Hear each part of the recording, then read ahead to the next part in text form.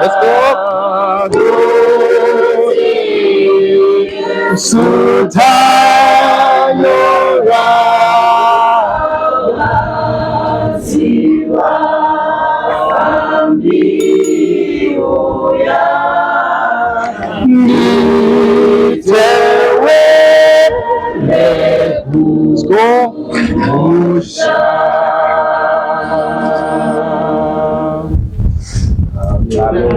Happy Sabbath, RUJEKO. Amen. Makadi RUJEKO. Amen. Manzi wase. Ne number 53. Amen. Manzi was something I did. Ndazvita maune. But can I tell you, Kuti, that is music. That is what music can do. Music is so powerful. Tanga tizivere. Atizivi because maimbira ataita apa asiriwo atinosimba nawo. Ndiri kunyepa. Yes. Mukafamba masangano munongoona kuti kungoimbawo. We are doing a great disservice to the church. We are doing a great disservice kubasa ra Mwari kana tichimba kungoimba nje. Anditika ndinokukwasai nezita ra Jesu. Amen. Ndoda kutenda rukoko rwandakawana. Handiwanzokokwa kokwa. Asi kana mukaona ndakokwa pane nyaya anditika zvandinokokerwa kazhinji inyaya dzemusic. Saka haisi tsaona kuti ndiri pano. I will give you a brief background of myself so that you also know me and we speaking to you. But ndisati ndadaro ndoda kungotenda kana vanotaura public speeches vanombofollowa maprotocols anditi. I want to acknowledge the presence of Pastor Manando and Pastor vari kumashure Mariti vataurwa anditika. And I also want to acknowledge all of you, and most importantly musicians who are seated amongst us. Can I see the hands of musicians? Amen. Muimbi munarogwa kuburitsa voice achimba. Anditika. Right. That's a music. Matanga confused anditika. Kana uchiburitsa voice uchimba, you are a musician. Saka you are in the rightful place on the rightful day. This is a music day. Theme yedu kwanzi kudi. Let there be a revival. Anditika in music. Music. So let there be a revival. Ndoda kungokudza izvishomane zvangu. Andina kukura ndiri muimbi. Ndichizvarwa ndiri muimbi ayo. ndandangoitawo semi vana handitika. But there's one man in my life, and that was my father. He was a great musician. Why I say so is because ndakakurawo ndakasvikawo vachiitawo zvemusic, vachiimbisa makwaya, vachiimbawo ivo handitika. So he was a great tenor, first, second tenor. Tiri kumba vaitiunganidza semhuri vobva vatiimbisa paminamato handitika. Sezvatinongoita kudzimba dzedu handinoita izvozvo, sangano pano tinoita izvozvo kudzimba tinonamata tichiimbira handitika. Musangoite minamato isina kuimbira, tichazotaura nezvazvo handitika, right? Saka kumba kwedu taiita minamato ine kuimbira mukati, because my father was a great musician as far as I'm concerned. So it is only one day yavakangoti, young man, can you take your hymn book? In fact, everyone was there, but vakati include pane zvavaida kudzidzisa. Vativhurira hymn book, vakandivhurira pane ane hymn book number 7. Number 7. Munoiziva number 7? But hatina kuimba kuti apo Jesu. Isu tatangojaira kuti tikavhura hymn book tongonanga kumavara nekumastanza ukanditi. Zvikanzi aiwa hatisi kuda ikoko. Toda kuenda pamusoro pacho. Mopaziva here pamusoro pacho? Pane zvimabhazi nema A, B, C, D, maletters handiti. Zvikanzi ndokwatiri kuda kuenda ikoko. Saka ndikati Dad, how are we going to do this now? Isu tichizoziva kuti apo Jesu anouya. Zvikanzi no, toda kuti tasve kumusoro uko. Kune malines ariko. Saka vana mai nevasikana vanoimba inonzi soprano nealto. Vana vakomana vakaita sewe nana baba tinoimba inonzi bass kana kuti chi. That was my first music lesson. It came from my father. Right. And then I was given the third line. Which part is the third line? Tenor. Tenor. So I learned mi va so va mi va do mi so fa mi va so va mi va do mi so fa mi va la do. Mambo ziwa. Mi va fa la do. Mi fa la do mi so mi fa la do va mi va mi. That was the song, and since then that's how I sing number 7. Kana chiba trim congregation doiba line number 3 in that way. Saka zvinozochinjwa zveswa mavara. Apo Jesu anouya kugashira wake, wano wake wakanaka wanodikanwa. That lesson, I'll never forget it. And up to now, so everything began then for me. And since then, I sang, ndichibva ipapo ndakuziva izvozvo ndandakuimba youth choir. Ndikanzwa kwa youth vachiimba, ndaitoseka kuti uyu agoni. Handitika uyu hadi zvasina kunaka ndandiri mwana mudiki handitika. Asi ndo zvandaita. So I sang in the youth choir, I sang in the church choirs at a very tender age. Put it at around 8-9 years old. And I'm grateful for that lesson. It was a music lesson I will never forget. To this day, I've directed about 4 groups. Mahombe groups and madik mam. So there was Unshaken. Unshaken. I was music director for Unshaken for 4 years. And then there's Heralds of the Morning. Heralds of the Morning is a male outfit. Direct. Because I was known. So I directed Heralds of the Morning for about 1.5 to 2 years.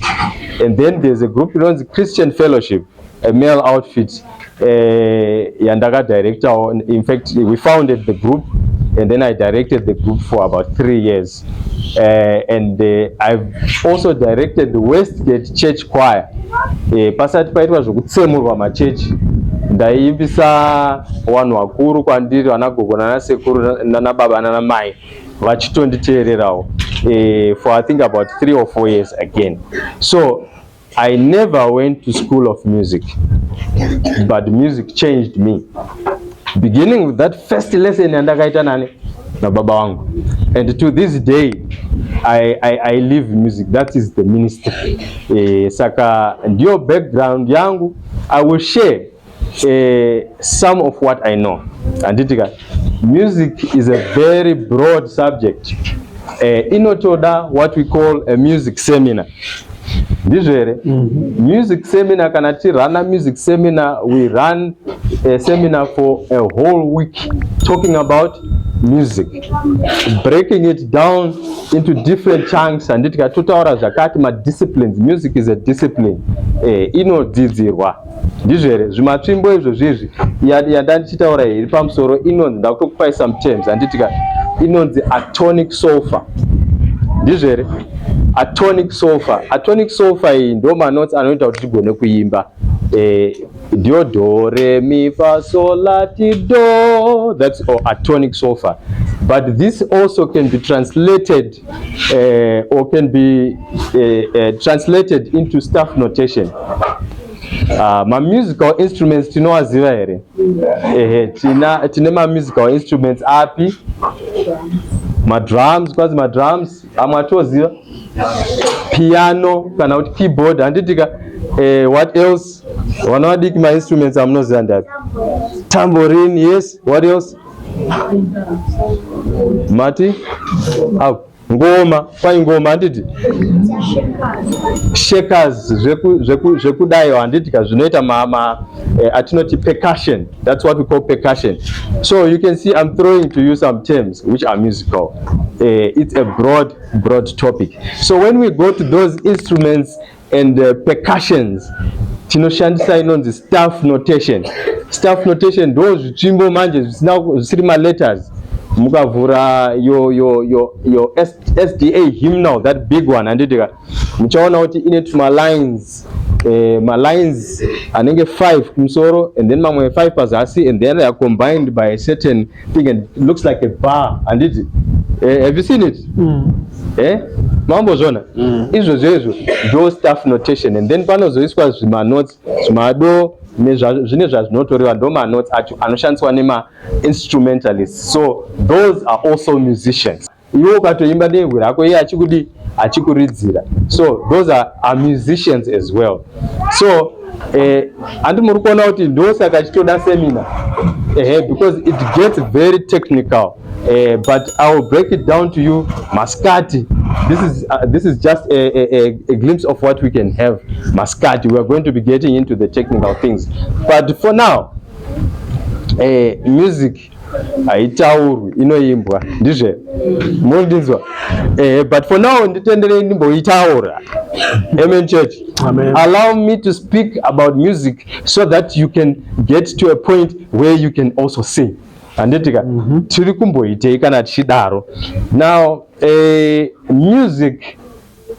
music ukatsva kudzamisisa pfungwa kuti where is the origin of music or what is the origin of music, unogona kuswera zuva rese handiti oitesa kuti yakatanga nevarungu, mwangu kuti zvakava nevarungu, but mbira dzanga dziri kwanditi we had our own traditional music. So we can't we debunk that theory yekuti music yakava nechi haisi yavo. They don't own the music. Neither do Africans own the music. So you can spend the whole day trying to figure out what are the origins of music. That's what we're going to talk about today. And what is the role of music mukati mesangano. Ndizvere kuti tinyatsonzwisisa kuti tirumboita sei nekuti tikabata music ezinyeke tinogona kudaro tichirasa mweya inofanira kupona kuburikidza nemusic, ndizvo here? Tinogona kunge tisitori nemweya mutsvene pakati pedu because we are doing music the wrong way. So music, its origins, it is a gift. This is what I can give you right now, and I'm very confident about it, not apologetic. Chipo chatakapiwa na Mwari, because hapana akauya akawana chisipo. David, yeah, he was a great musician, but it is something that he found chiripo, and his talent it came out because iye anga akatopiwa talent. And who puts that talent mumunhu? It's God himself, and it. So music can be basically summarized as a gift that was given to humanity by God himself. I will support myself. Dijere, vurai, Psalms 100. Without moving Psalms 100, yes. Don't worry, inakureba is just a few verses, but I need you to understand zviri pavhesi, and tapedza tichada kuti tinzwisise kuti zviri kunzi chi, who is the owner of those words. Psalms 100. Psalms 100. Pisa rema rokuonga. Pururudzai Jehovha imi nyika yose. Shumirai Jehovha nomufaro. Uyai pamberi pake muchiimba. Zivai kuti Jehovha ndiye Mwari, ndiye wakatiita tiri vanhu vake namakwai anofudzwa naye. Pindai pamasuo ake muchivonga, napavazhe dzake muchirumbidza. Chimuongai murumbidze zita rake, nokuti Jehovha wakanaka, ngoni dzake dziripo nokusingaperi, nokutendeka kwake kumarudzi namarudzi. Munowirirana neni here kuti kuimbira chipo? Music is a gift. Kwanzi, shout for joy to the Lord, all you nations. Kana kuti nyika ipi yose. It's not, no one has got a preserve yekuti music ndeye kwedu, but zviri kunzi nyika dzose imbirai, nyika dzose ngatimukudzei, worship the Lord with gladness.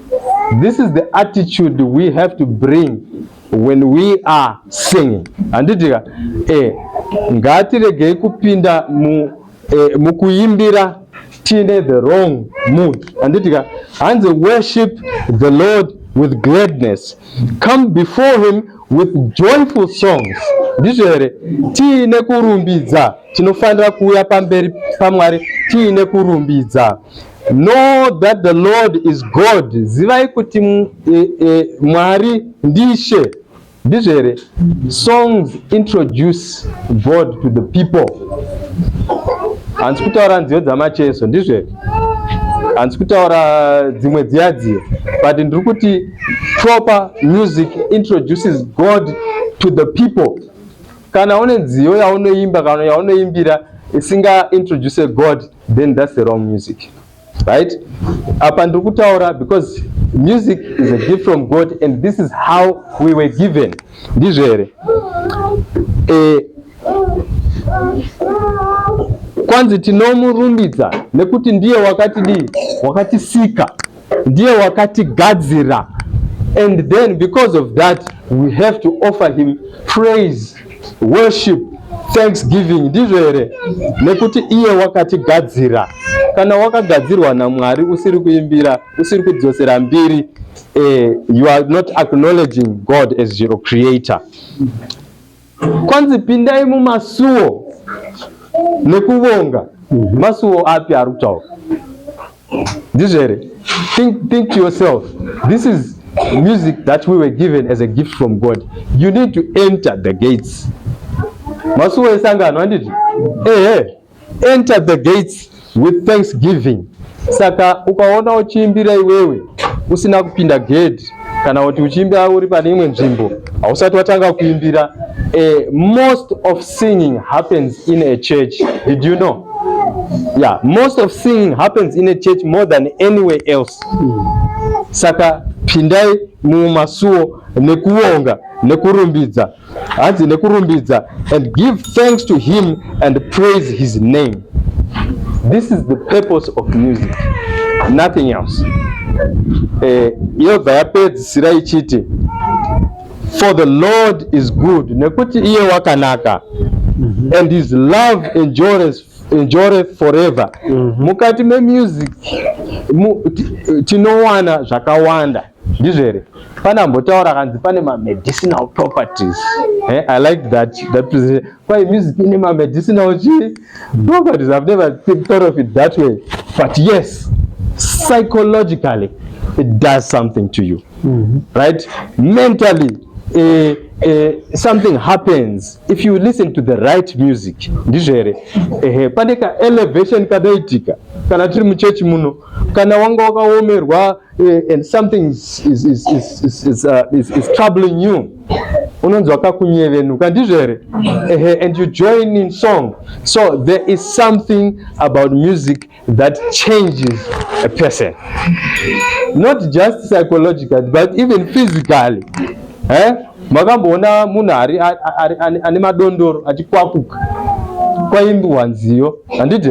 But every other time anonanga agara pawheelchair, makumbo ari kudi arirwadza, but for that moment in time kuchiimbirwa, they feel like standing and lifting their hands. It's because of the effect of music, that power yakaiswa mu music naMwari. Ndatanga ndikataura ndikati music is powerful in so many ways. Ndizvere, tataura one way yekuti it addresses some health issues, mental health issues. It addresses even physical issues. Anditika kana tikapinda mukuimbira sekupiwa kwatakaitwa. Now then someone will ask, so what happened? Because it's not only in church where music is sung. So what happened to this gift? You will find kuti music haina kutangira pano pasi, takaipiwa sechipo nekuti kune kwayakabva, ndoda kudzosera kumashure ikoko. And ndinoda kuti ndiverenge a quotation from Ellen White. Right, we know Ellen White, handitika, an inspired a lady akanyora zvakawanda zvinobatsira pamusoro pe-music. By the way, Ellen White was she had multiple disciplines mukunyora kwake, and part of her writings are to do with music. Ndizvere. Right, so listen and listen very carefully. It says, from Testimonies to the Church, volume 4, music forms part of God's worship in the courts above, and we should endeavor in our songs of praise to approach as nearly as possible to the harmony of heavenly choirs. Kudenga kune machi? Kune makwaya ariko. Imamudei parujeko munayo. Asi kudenga kune chi? Kune makwaya. Zvatiri kuita isu papa, we are trying to mimic the worship services that take place in heaven. This, what we are doing, is not a joke, but we have to mimic that. So kudenga kune makwaya anoimbira. Ndo zvatiri kunzwa panapa kubva pachinyorwa ichi. Zvikanzi, in our songs of praise, we need to approach as nearly as possible to the harmony of the heavenly choirs. Mapanzwa irapa. Ndafara pandanzwa Mandina. This was a balanced rendition. Mainzwa ere. Inini pandosvika pachitwa music, ndinopinda mukatikati nekusera. This was a balanced rendition of music. Why I'm saying balanced? Harmony is about the combined sound you get. Right? Manzwa bass anditi. Ina naurisha iwe. Nasoteredza bass riri kuda. Manzwa ere tena yacho. Yes, sisi wangu achirwa tena. andikuzivi ndakuona inhasi handiti, but you were singing bass obviously because you're male, but sisi wangu achimba tenor, sisi wangu achimba soprano, handikuziva kuti mamuchimba mese here, but the music was balanced, there was harmony. Hapana anga achishaura kudarika umwe achikwiza izwi. Tichikura tanga tine mukoma wangu umwe ainzi Teki kukwekwe, very small community, ainzi Teki. Waimudza uchipinda pagate kuti Teki arimo, aiti kana achiimba aimba nemoyo wake wese. Zvokudaro zvokutoti, I think the reason why I think is because not everyone else was not singing from the heart. He would sing from the heart, and with all his physique, unyatsoona kuti munhu ari kuimba such that muromo wake uyu waenda padivi, ende ukaona awisa padivi ka unokuwara, ndizvo here. So he would sing his tenor, a rumbling voice, a very nice tenor. So Mukoma Teki is a good example of what I'm talking about. So I imba from the heart, and ndinakunzwa anga achishaura above the other. So it was balanced. There was unison. That's another musical term. Unison kungoreva kuti tiri kuimba tiri takabatana tiri pamwe chete. Although you're not singing the same voice, but there was unison. There was also what we call resonance. Ndizvo resonance kureva kuti mazwi akajairana, zviri kuita sekunge zviri kuimbwa zvichibuda paredhiyo kana kuti pakurekodwa kwakaitwa kukachunwa, ndizvo. So it gives you that resonance and that rich sound. This is how they were singing. Thank you very much, Mandini. So this is what happens in heaven. Those harmonies, anditika harmony iriko, hapana anoimba in discord. So Ellen White is saying we must be as nearly as what happens in the heavenly choirs. In her closing remarks in this quotation, the proper training of the voice is an important feature in education. The proper training of the voice is an important feature in education and should not be neglected. This is a serious caution that is coming to us as a church. Atingoiti, let's train our people how to produce the voice. Let's train our people how to be disciplined in music. The role should never be neglected. And this is what is our attitude with the music. But here is a quotation that tells us that this is serious business. You need to appoint people vanoziva music kuti lead the music in the church. Ndizvo here, haasi majana ekuti zvanga zviri kumhuri yakati saka zvichienda kumhuri yakati. You need the right people who are going to train people in the production of voice, ndizvo here, and the discipline of music. So this gift is coming to us as humans, anditika kuti tishandise in our services, in our worship services, and we have a prescription. It must be harmonious music. It must be a music that is produced from trained voices. Okay, so it's a requirement and we have to do that. If I delve into my church manual, ndiri elder anditi saka ndinofamba nemanual handiti manual rangu rinondiudza kuti you must appoint a person into being a music director, anditika a person are knowledgeable, are skillful, anditika to lead the music of the what? Of the church. I remember kune imwe church yandakambopinda kwanga kusina, let me say yandakamboshanyira, not kupinda, but yandakamboshanyira kwanga kusina talent. Because we'll agree, let's agree, kuti music, or it's a gift, but also there's talent that comes. And talent yoyo tati inoiswa nani na Mwari, because David was talented and he used his talent. It's a personal thing, isn't it?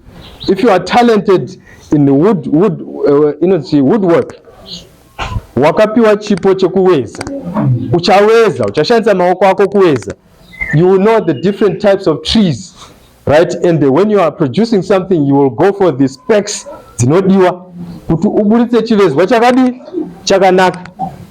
Asi wese munhu anoita izvozvo, iwewe wakapiwa chipo chacho ndiwe uchaita excel, handitika, and then maximize on that gift, and God is pleased with that. Ndizvo here tambotaura palesson yemakuseni kuti pane parable yematalents, handiti, right? The guy who dug the talent into the ground, haana kuwana chaakawana, akatorerwa talent ikapiwa umwe, right? So music also has got people inside vane talent yacho, ndizvo here. So the purpose of a talent is there to benefit others. Anditika zviripo kuti tipanane mukutenda nemufaith yedu, andika to, what's the right word, to edify the church. Okay, you are given that gift to edify the church. So if you keep it to yourself, you have done nothing. You've dug the talent down in the ground. So the church manual specifically says that you must appoint a skillful person agone kutungamira. Ndoda kuti tiverenge zvekare, because when I was invited, I was also asked to clearly define what is Adventist music. Kana tazoisa varere kuti Adventist, handiti tatowedzera zvimwe ipapo, handiti. So tine churches anoimbira tati most of singing happens in churches, and the churches are so many. But when we now talk of Adventist music, we are talking about music that has three things, right? It has three things, and those three things are beauty. Music is an art. Do you agree with me? Mm-hmm. Right? Because it's an art, it has to be beautiful. These are those songwriters, composers, they select carefully certain notes to put in their songs. Right? They also select the punctuation of the song. Mambondi is very say 53. Pane pandadai. Mandona. Inini watu ndatodai. My voice nyakatera babi. It's punctuating the song. That is the beauty aspect that I'm talking about. But the beauty, I find the biggest thing about music. Okay. That's where we get it wrong. Right? That's where the devil has hijacked this gift called music. Okay. He has hijacked the beauty and has focused more on the beauty, and it is so attractive. Contaminator. That's not the beauty I'm talking about. Right? I'm talking of the beauty that appeals to the intellect. Yeah. So in music, when we say we are going for a diminuendo or a PP or piano, pianissimo, let's be soft. Oh, very, very soft. Deliberately, it means kuti tukufanda kunzwa message iri musong. Zvimwe zvacho takutopinda pane zvemaskati. Message iri musong kuti inzwike, we need to increase the volume. For the message to be heard, we now need to reduce the volume, because pane point iripo. Ndizvo here. Music must be focused on God. Saka message yedu ndio poneso mukati music. Message yedu ina Jesu mukati. Saka kana tuimba, the beauty must reflect that God, and the appeal must be very clear, because munhu anogona kutotendeuka kana maimba zvakanaka. Mamutiziva munhu anogona kutosvika pakutendeuka akatozvipira kuti inini ndakuda Mwari uyu ari mukati menziyo ipi yaimbwa. But the problem is some of us magroup tinouraya beauty yoyo. isong inongoti nye yakangodai haina appeal. You get what I'm saying, right? And then one wochinja church woti kunobowa maambozvinzwa kwakati kunobowa haasi kugona kutsanangura kuti maimbiro anoitwa apa wana wasing spirit. Vambodzawo machiti ngatipinde muspirit kumagrupu uko zvinotaurwa stereke ngatipinde muspirit. Saka kana spirit iyoyo ikashayikwa vanhu vanobuda muchechi. Instead of people to give their lives to God, vanodecide kuti takuenda kuya kwemachi kumagitari, because uko beauty yacho ndio inoiswa kumberi and the strumming of the strings zviri ungodly. Remember, tiri musangano tinofanira kunge tine reverence. Ndosaka tichiti mamwe instruments hatiwadi, because the reverence element is taken away. So music must be beautiful. Music directors, tone ma music directors muno vambo director music hapana. Alright, kuvaimbi kunobva kuna director anopicha oya. Right, so ndimi mune talent andanichitaura handiti. So if you are talented, you are the gatekeepers of music. Musatendere kuti vanhu vaimbe zvisiri, because people will leave the church and people will not give themselves to Christ. So let's make sure our music is what? Is beautiful. Right, that is three things and that are beauty. Music, Adventist music must have what we call pathos. Usually pathos maribata varairo itaimese pathos. Pathos iri kubva pakuti inofanira kunge ichi appeal to your emotions. Ndizvere inofanira kuappeal to emotions. Kana uri muimbi uchida kuita observe pathos in music, you must express yourself. Ndizvere makamboona vanoimba anogona kutsinzinya, so anasvika pamwe otsinzinyira handiti kana kufumba chibhakera. What they are trying to bring out there is the emotion paari kutoimba pacho ipapo. Iwo ukaona fumba chibhakera chiteerera mashoko. Ndizvere kana ukaona atsinzinyira chimbori chii chaari kutsinzinyira handiti. So the performer of music must understand this quality handitika. Haungoimbi woshayikwa pathos kana one pasong yese start to finish hauna kuimba chaizvo. That is not Adventist music. So Adventist music mukavatarisa mukaenda pauna mandara bluffy ndaimbonoplaya ipapo muchavaona vanogona kuita 2 kana 3 mugroup nekuti uyu ari kunyatsofila handitika. So our music must have pathos. We must connect emotionally with the audience. Handitika isusu kana tichiimba song ngaitibate. Now if we talk about pathos and we don't talk about the message, hapana pathos inosvikika handitika. Saka patinoimba pese ndaku congregational singing, make sure kuti you are following the words of the song. Tinoti ma lyrics handitika. Ma lyrics arimo imomo haana kungodzimikirwa. Tinofanira kuteerera shoko ririmo handitika. For example, number 264 bva ndauya panapa ndanchingoteerera masongs. Musi wakomborerwa Jehovha azorora, wechinomwe wevhiki wasarudzwa mutsvene. Handisi kuimba bandiri kutaura handiti. You must focus on the message in the song. Tatotaura mharidzo yese apa musi wakakomborerwa Jehovha akazorora, wechinomwe wevhiki wakasarudzwa ukaitwa mutsvene, in just 4 lines. So if muimbisa akati ngativhure nhamba yakati imboverenga, talk to yourself, imboverenga these words handitika. As you sing, derive the meaning handitika. That's where you can now get ku pathos yacho kuti Mwari ari kuti chikwandiri. Ndosaka tichipedza munhu oti ini ndakuda kubhabhatidzwa. It's because maridzo yaachieva. So when we sing music, We sing music that is a message that needs to achieve a goal, and that goal is to convert and to point people to God and to connect people with their God. Sometimes you are not peku convert, but as a member you must be connected to your God. Ndizvo chataura zvakawanda nezvazvo masikati.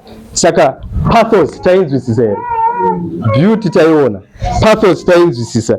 There's another thing, music, Adventist music must have power. Ndizvo here, Adventist music must have what? Power. Zvinonzi, let the voices be lifted. Now, ndinambopoza ipapo. Pane vamwe imba vachichi moshi wakomborerwa kana murume asitombodi kushama. That's not Adventist music. We must lift our what? Our voices, and we must open our mouth, because kana tapinda imwe lesson tinowati ayanonzi ma articulators in music. Munenge ticha makadzisa music anonzi ma articulators, ma lips, mazino nerurimi anonzi ma articulators in music. Now when you are singing, you make use of the articulators. You open your mouth, you use your teeth to shape. Kana usina tsvaka madentures antika vanomwe mukombo wangu watopinda nayo takamti akazotenga madentures, because esa abuda anonoti yocha kuti ndizvo. Saka message haichasviki kumunhu, vanhu vakutoseka kudawo ari kuti handiti. So articulators are very important. When you are singing, utilize those, maximize. So musi wakomborerwa, and then we are not teacher English, we are not pani ma vowels, pani ma consonants. When you are terminating the word, kana paina D, unofana kuti de. Kana paina N, unofana kuti n. If you don't terminate your words properly in music, you change the meaning of the song, or people will not hear what you are saying. They will hear something else. Jesus. Saka, use your articulators properly. Your tongue, you shape your mouth, and that's how you sing. So music is powerful. Saka, let the voices be lifted up in songs of praise and devotion. Saka, izwi rinosimudzwa. Your talking voice is not your singing voice. Do you understand? Kana uchitaura uchi nayo kumamuzi wakomborerwa zvorora amutohuya anditi. You must lift your voice anditi in songs of praise and devotion. Now I will make this other statement. Zvubva muchechi manual medu zvikanzi call to your aid, if practicable. Handiti hamufaniri kuzozvigura kuti takufanira kuita izvi zvandakuda kutaura. Handiti zvikanzi if practicable, call to your aid instrumental music. Ndizvo here? And let the glorious harmony yatambotaura iri kupi kumusoro kudenga, let the glorious harmony ascend to God as acceptable offering. Manga muchizviziva here kuti music, kuimbira chipo chandototi chipi sacrifice. Handiti it's an offering yatiri kupa kunani? Kuna Mwari. Cain and Abel chii chakaitika? Offering ya Cain yanga yakaita sei? Anga ari mavheji andi? Asi anga asina kudzidza mavheji. He decided, no, I'll just take my veggies. But Abel obeyed and gave an acceptable offering to God, and God accepted it. How be it that we are slaughtering unacceptable offerings in music, in the church, in the house of the Lord, and expect God to accept? God is not going to accept any offering inenge faulty. Saka, these aspects of music must be there, and that is what we call Adventist music. Pama instruments apa, and it's about to tip in a big debate.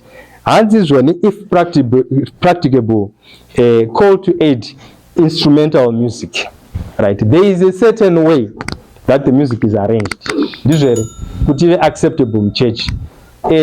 Let me make this one sweeping statement kuti music ine excitement muri kundinzwa ivara ripi rechishona ringashauri kuti excitement music inomutsa madhauzani handiti kuti ngatisimukai manje ngatisimukai kana maona masvika ikoko hatikungotaura instruments chero song ipi yamunoti ngatisimukai munoda kuita sei ndizvere. You are now appealing to other things which will cause problems ndizvere. Have you seen some churches where vanobvisa boots vosunga handiti munhu wotamba zvokutotamba kudikitira kudai handitika unenge uchirimo here muspirit yeworship handitika. That is the challenge, and the minute we do that, handisati ndataura zvemainstruments but mukuimba tikafarisa excitement here handitika, the spirit of God departs. Mamuchiziva here half the time tiri kungoimba but hapana ndizvere. So pama instruments apa we need to make sure that it is soft and it is acceptable handitika, and it must not be the key or the key thing in that music ndizvere. Saka we must approach my musical instruments with caution handitika, because anogona kubvisa mweya waMwari pakati peungano ndizvere. Ndosaka church board ichigara igrupu ripi riri kuuya mati nderipi zviya pana anoriziva maboard members muzvamaoko muripo pana anoriziva here. Saka kana music yavo isingatambiriki hariuyi pachechi papo. It's unfortunate that some of our leadership they like those other things and then they allow those groups to come and they sing and wofara vosimudza maoko and mukati mesangano raMwari the spirit of God departs. The minute excitement steps in, gara wakatoziva kuti maamega zvamuri kuita izvozvo. I can give you a testimony. We had 2 concerts recently that me and my wife attended. Concerts are very musical because they attract people with talent and they do come and they deliver, by the way. They deliver, they do not disappoint. So this one concert of a group that I like very much, yakaimbwa takatanga nema songs ekunamata. This is the other thing you need to understand. Pane ma songs ekudi ekunamata, kozoita ma songs ekurumbidza ndizvere. Usually problem starts when we get to ma songs ekudi ekurumbidza, because karumbidziro kacho handiti. So zvinoenda zvichidaro, ende tine magroup edu atinoziva kuti kana tapa kurumbidza ndeiri rinoita handiti. Kana tapa kudai tinodai handika, ende masongs acho anotonyorwa akatodaro. So takasvika papeak vanhu vaMwari takasvika papeak and we had to decide kuti no, I think the program yapera. Hazvina kuipa handitika, because usually with music that's what happens. Munotanga muchimbodziya makadai, chero usiriwo uri kuimba uchiteerera sozoona kuti apa manje zvinhu zvakudi zvakunyatsoita handitika. And then you get to a point where you say no, this is not it. A good example is your weddings, the weddings that you go to handiti. Tinotanga tiri kuchechi tozoenda kwakuya mozoona kuti zvinenge zvisi vakuru vesangano vanenge vaongodai vakubuda pamuchato handiti, because the spirit would have departed. Ndatiri kunyeperana ndizvere. Inotanga iripo because tinochiita zvinhu zvaMwari, but the minute excitement steps in, the spirit of God departs. So zvamuri kuita hazvisina basa, chiregedzai. Chunzwanana here. Mayouth muripo here. Mayouth aripo. Saka we are not saying music is bad, but you must be very careful, because Satan ndopa anogara ipapo. And by the way, he was an expert in this thing, right? He would sing, he would lead music in heaven. Atina kuti tati music haina kutangira pasi, yakatangira kudenga nditi. So he would lead those services kune harmony kwacho ikoko. Saka he still knows how to produce it, but he then corrupted it, and then it became something else.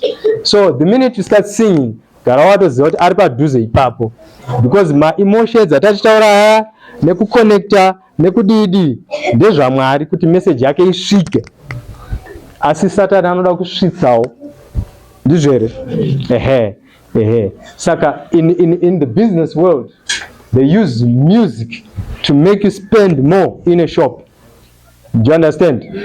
What they are simply doing is they are playing with your mind and massaging you, and you for some reason wakutoita impulse buying, ndizvo hauchadi kubuda kana imo, and you're one after the other dzaunoda dzacho. And by the way, we are humans are creatures of habit, anditi gare wada kuvisita store chiya because pane zvakaitika urimo imomo. That is the devil. Saka in music you must be very, very careful, because vakawanda tinorasika. Ndoda kuti ndichipendera, ndakudzai ndikati hatipedze zvemusic zvakadi zvakawanda, asi tikauya masikati togona kuwana zvimwe. Saka inini ndiri kuti kudii? Ndiri kuti let there be music in the house of the Lord. Ndizvo hapana church yatiri kuti iri kuitwa pasina kudii? Kuimbira. Ndikavhura rimwe page ririmo muchurch manual rinoti there is an order of service kana tiri musangano raMwari, and that order of service is not complete without two hymns and opening hymn. Ndizvo an opening hymn must be part of the order of the service. A special item is part of the what? Of the service. Garai makaronga, mukarongeka kama munoplana kuti this Sabbath special item ndi brother ningi. Kauti muriye kwa ningi. Ndizvo. If you plan it that way, you will find you will touch certain people in a certain way, simply because of including music. And the hymns must be carefully chosen. A hymn yekutanga yakasiyana ne hymn of meditation. Ndizvo. A hymn of meditation, you are preparing people to receive the message from God, and then you select Tino para kubatira tedze, anditi pa hymn of meditation zvinoita we azviita anditi. So we plan our music in the order of service. Let's include proper planned songs. Ndizvo. Chorus wamunoisa mberi, anditi chorus wamunoisa mberi ngataurwe naye. Tikuda nziyo yakati pakati, anditi music director you conduct, right? Then the choirs are also an important element. Tinoimbira inonzi congregational singing, that's good, anditi.